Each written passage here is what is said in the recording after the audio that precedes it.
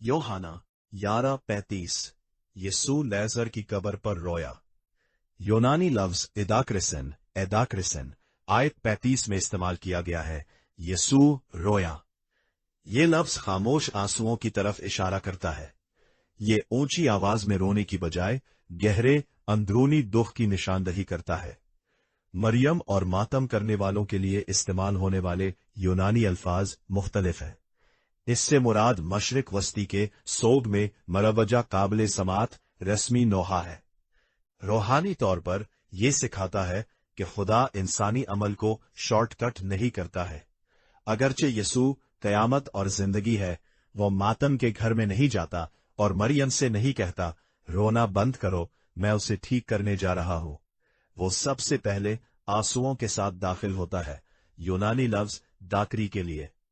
ये इस बात की तस्दीक करता है कि मसीही जिंदगी में गम ईमान की कमी नहीं है।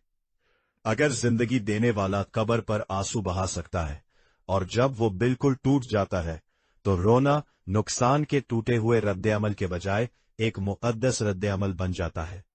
जैसा कि हमारे पादरी ग्लैडविन अलेक्जेंडर एजी चर्च अलीगढ़ ने इतवार की खिदमत में वजाहत की, हमारे आंसू हमारी कमजोरी की अक्कासी नहीं करते बल्कि हमारी रूह की ताकत को जाहिर करते हैं।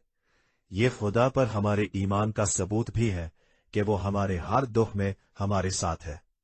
गेतसेमनी के बाग में यीशु के अजियत के आंसू।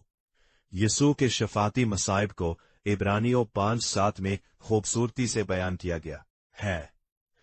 इसने रोने और आंसुओं के साथ दुआएं मांगी।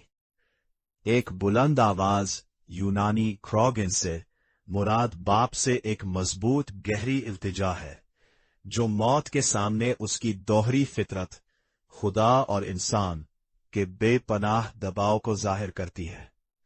यूनानी ग्रामर के मुताबिक उसकी दुआएं और आंसू पेश किए गए प्रोजेनेंचास थे।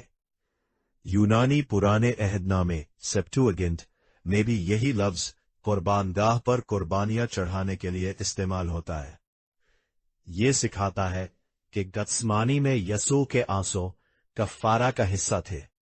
वो सिर्फ खौफ से नहीं रो रहा था, वो जिस्मानी मसलूब होने से पहले ही अपने जज्बाती मसाइब को पादरी की कुर्बानी के तौर पर पेश कर रहा था। नतीजा ये सिखाता है कि हमारी सबसे मायूस तकलीफ दह दुआएं वो दुआएं जिनमें हमारे पास अल्फाज नहीं है, सिर्फ रोना सुना और कबूल किया जाता है, क्योंकि हमारा आला पादरी यीशु ने पहले ही इनका जवाब दे दिया है।